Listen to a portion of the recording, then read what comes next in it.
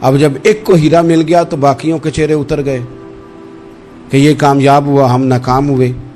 بادشاہ چونکہ ان کی تربیت کے لیے یہ کام کر رہا تھا، اس نے کہا تمہارا کیا خیال ہے کہ اس ہیرے کے بغیر میرا گزارا نہیں تھا؟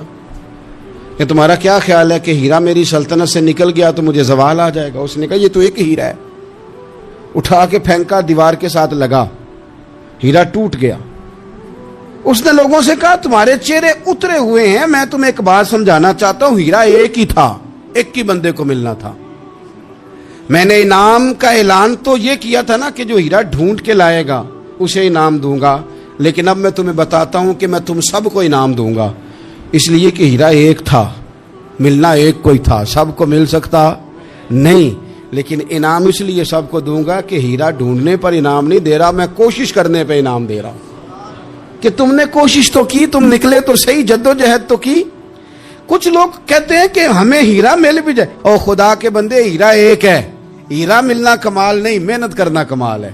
ہم نہ تیار نہیں ہوتے، اللہ فرماتے ہیں میں نے آزمانا ہے، میں نے آزمانا ہے، تم نے سفر جاری رکھنا ہے، لیکن یہ ضرور یاد رکھنا کہ وَإِلَيْنَا تُرْجَعُونَ، لوٹ کے تمہیں میرے پاس ہی آنا ہے، تم نے لوٹ کے ادھر آنا ہے، اس بات کو ذہن میں رکھنا۔ حضرت عبداللہ بن عباس رضی اللہ تعالیٰ عنہ اس حدیث کے راوی ہیں، المعجم الکبیر کی یہ حدیث ہے۔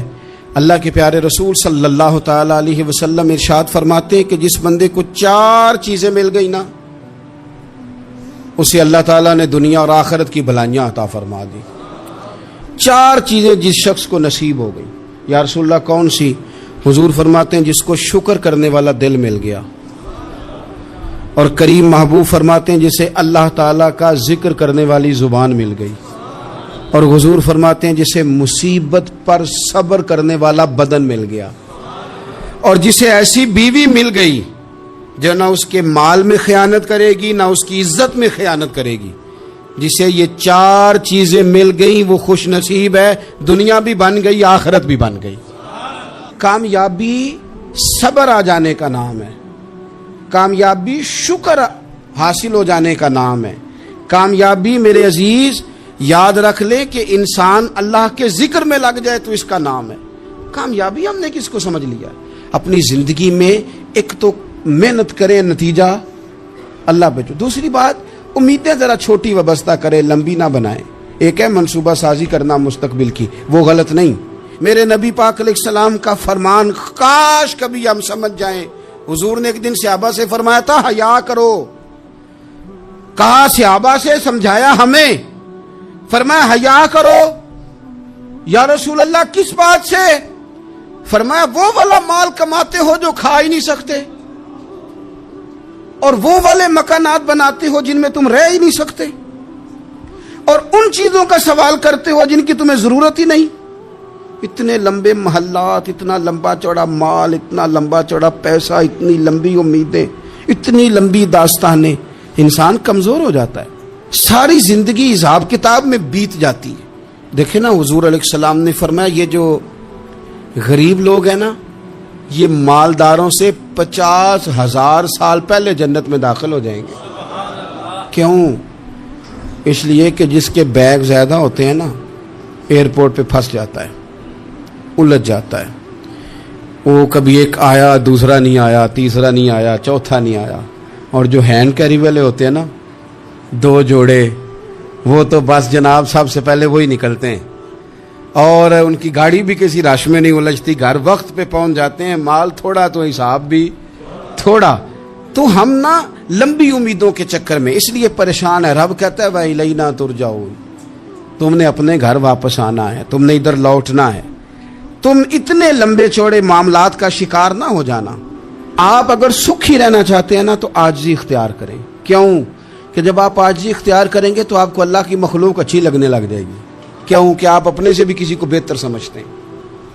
جب تک آپ میں تکبر ہے، میں نے دیکھا ہے کہ لوگ تکبر کا شکار ہو جاتے ہیں، کسی کو جھوٹا، کسی کو بددیانت، کسی کو فراڈیا، کسی کو دھوکے باز، کسی کو ڈاکو، کسی کو چور، کسی کو غدار، کسی کو فلانا، کسی کو فلانا۔ اصل بات کیا ہے؟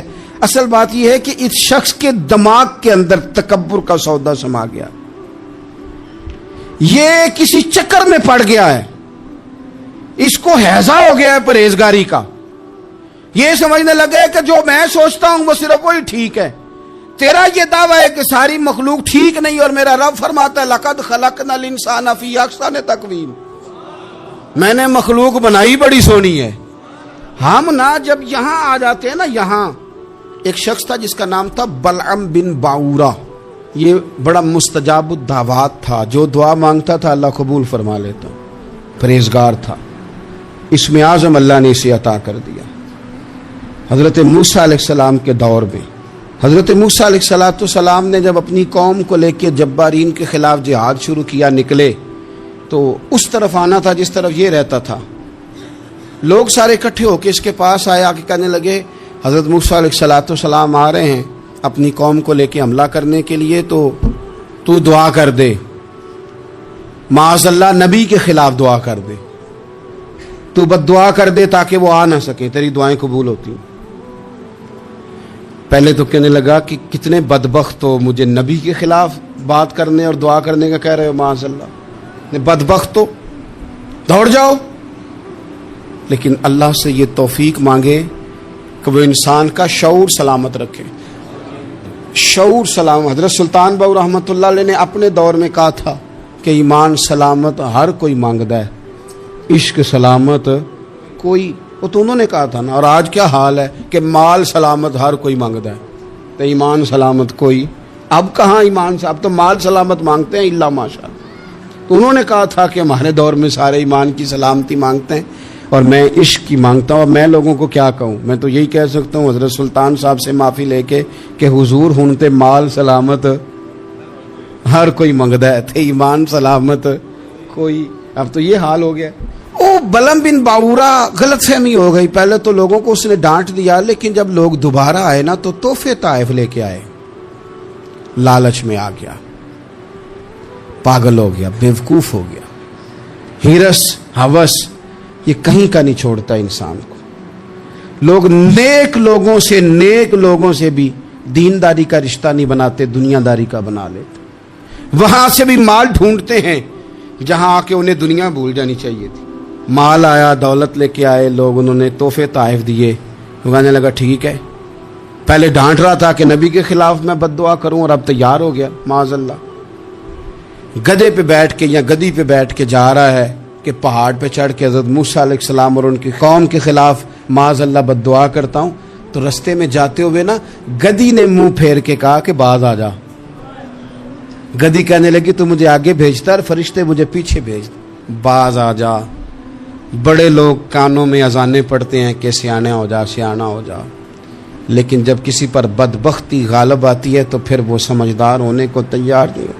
اللہ تعالیٰ اپنی خفیہ تدبیر سے ہمیں محفوظ فرمائے. اللہ تعالیٰ ہمارے حق میں جب بھی فیصلہ کرے تو رحمت والا کرے، کرم والا کرے، آسانی والا کرے. چڑھ گیا پہاڑ پہ، اور پہاڑ پہ چڑھ کے جب اس نے ہاتھ اٹھائے، وہ لوگ جو بد دعا کرانے والے تھے وہ ساتھ ہی تھے، تو اپنے منہ سے لفظ نکالتا ہے حضرت موسیٰ کے خلاف معاذ اللہ، لیکن وہ لفظ اپنی قوم کے خلاف نکلتے ہیں.